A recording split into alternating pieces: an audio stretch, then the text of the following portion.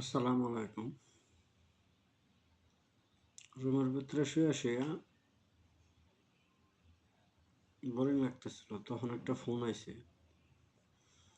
আমার এক বন্ধু বলতেছে যে সে নির্বাচন করবে। আমি বললাম যে তুই নির্বাচন করবি তোরে ভোট দেবো কেনা? কয় না মার্কেট জমা এলাইছে। এমপি কিভাবে এটা? কিভাবে জমাইলে? কইতাছে ক যারা যার যেটা লাগে এটা তো দিতেই আছি। অসৎ উপায় আর বৈধ উপায় দিতে আছি। কিন্তু কিন্তু কিছু কিছু সৎ লোক আছে এরার ভোটটা তো আর আমি পাইতাম না। তো এহেন একটা পথ করছি আমি কি পথ করছস? ওইখানে পথটা করলাম আমি ওই ওর ছেলে এলাকার মধ্যে খুব ভালো জনসমর্থন আছে। তো ও একদিন আমার সামনে তো যাইতেছে কয়েকটা ছেলে ফেলে নিয়ে দেখলাম তো যে ছেলেটা ভালো জনসমর্থন আছে। তখন জিজ্ঞাসা করলাম এটা কার ছেলে কোনটা এটা? কইলো এটা অমুকের ছেলে।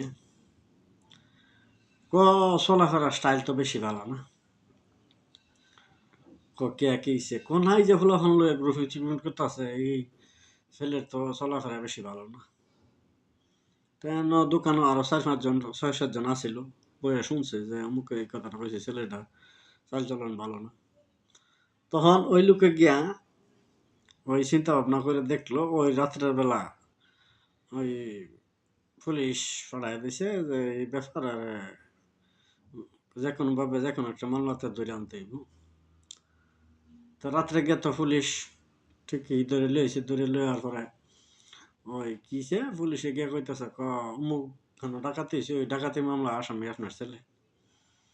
সর্বনাশ বাপ হইলো ভদ্র মানুষ সহজ সরল লোক ধরে গেল এলাকার মধ্যে নেতা ফেতা কেটা আছে অমুকের বাড়ি গেছে গিয়া কইতাছে ভাই এই ব্যাপার কফ কাল হানা পরশু দিন জানি ওই দোকানও খাওয়া আমি বলে এরা অমুক অমুকের আর এরা আছে এরা সামনে বললাম যে এছাড়া চাল চলন ভালো না ছেলেটা বেশি সুবিধার না কি আর করা করলাম তো বাইরে এসে বাইরে ওই বড় কইতাছে এক কাম করো ওই 20,000 টাকা দাও খাইলে তো জান যাবো 20,000 টাকা দাও তো ওই যে লোকের ছেলে ধরে নিচে আর জিজ্ঞেস তুমি টাকা লইছো আমার টাকা আছে 15-20,000 কল যাই দেখি গেল গিয়া থানাত গেছে পরে ধরে ওসি সাহেব কইতাছে না না এই ব্যাপার ডাকাতি মামলা আসামি করে এই ছেলে ভালো ছেলে আমার এলাকার মধ্যে অমুক খুব ভালো ছেলে